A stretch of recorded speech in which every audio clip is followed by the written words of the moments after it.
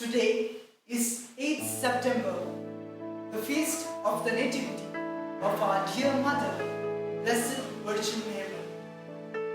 We have been celebrating this feast of Nativity for many years.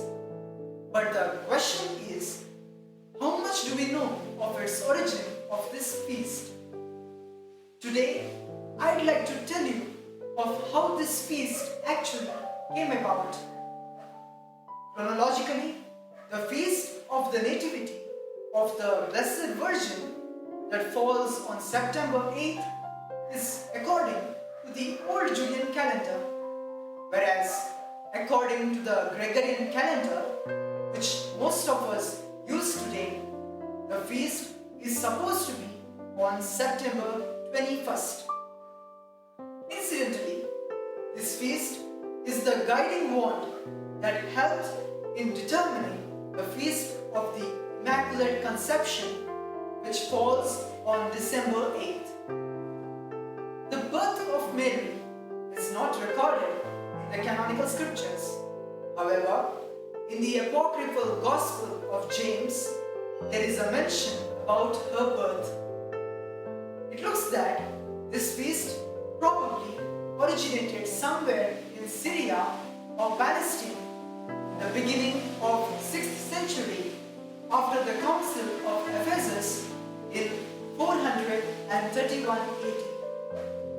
The first celebration is marked by 5th century during the dedication of Basilica Santa Maria Ubi-Nata Est, now known as Church of Saint Anne in Jerusalem, believed to be built on the house of Saints Joachim and Anne. This celebration was first begun by the Byzantines as the feast of the birth of the Blessed Virgin Mary. Later on, it was brought in by the Eastern monks. There are actually many traditions attached to this feast, but I'd like to mention of only one tradition. The famous tradition among the people of Goa and Mangalore, natively known as Monti Saigniche Fest or the Monti Fest. What is this feast? After the conquer of this wadi, which was in Goa from Adil Shah of Bijapur by Portuguese commander Alfonso de Albuquerque, he erected a chapel in memory of the Blessed Virgin for his escape from the Kumaran Island in the Red Sea. This chapel was called Capella de Nossa Senhora do Monte, built on the hillock of city of Old Goa. Since the chapel was situated on mount, which was called Monte in Portuguese, this chapel was natively called Monte Saigniche Copel in Konkani, meaning the chapel of Our Lady of the Mount. Due to the universally celebrated feast of Nativity of the Blessed Virgin on September 8th, this came to be known as Monti Saigniche Fest or Monti Fest. The chapel was later on in ruins until 2001, but now after restoration, this chapel is a famous tourist spot and is also a backdrop for many Bollywood films. But today, the flowers occupy the central stage of this feast. The children come in procession, bringing flowers and spreading them everywhere, celebrating this feast with great pomp and glory. Where shall we find the origin of such a celebration? In 1552, Father Gaspar Barzeus, a priest of the Dutch origin, came to Goa, acclaimed a very good preacher and a very talented man, who called the newly converted Catholic boys to come in 2 rows carrying basket of flowers into the church in procession. They would come in 2 rows to the statue of Mother Mary, empty the basket at her feet and return to their places. This culture was adopted by Father Barzeus from local Ganesh Chaturthi, the newly converted Catholics in Goa. Did I just say Ganesh Chaturthi? Yes, Ganesh Chaturthi. Literally, this feast comes somewhat close to Moti Fest. Ganesh Chaturthi is most loved feast among Hindus of Western Coast. Since Chovot is that Ganesh Chaturthi and Nativity fall close, Father Gaspar Barzeus adapted the existing local Hindu tradition to the feast of Nativity of Blessed Virgin Mary. During this feast, which lasts for maximum 9 days with novena, every day children gather fresh flowers, offer it to Mary.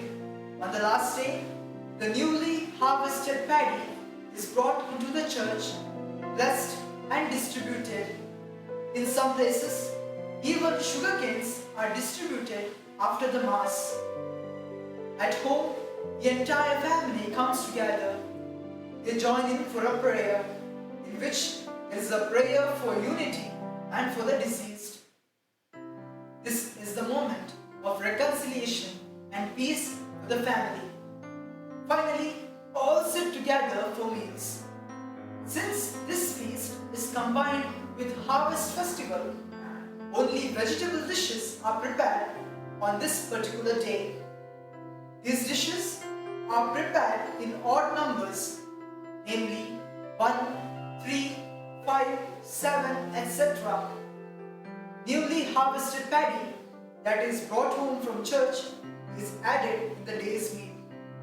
As a dessert, home a traditional Konkan sweet is served.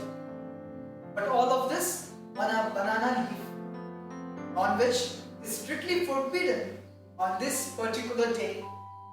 From then on, as the people got migrated to various parts of Karnataka, Maharashtra, and northern part of Kerala, they took with them the customs that they practiced.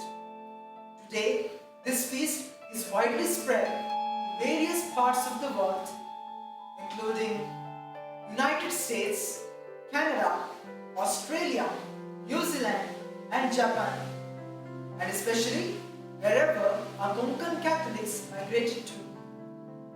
Finally, to give a different view on Mary's birth, I'd like to take a Quranic text narrated in the 3rd chapter of the Quran, with references to her father Imran, after whom the chapter is named, as well as her mother Hannah. Hannah prayed to God to fulfill her desire to have a child and vowed, if her prayer was accepted, that her child would be dedicated to the service of God. She prayed for her child to remain protected from Satan. And Muslim tradition records of Muhammad, which states that the only children born without the touch of Satan were Mary and Jesus. Dear friends, the feast of Nativity of our dear Mother gives us the message of oneness. We are called to live together as a family. As we celebrate this feast, let us forget all the differences and grow more in love and understanding. Let us together understand the importance of growing together as a family and imbibing the virtues of Mary. Let us make her the model of our lives. May we be attached to her, thus grow in likeness of her Son. God bless us all.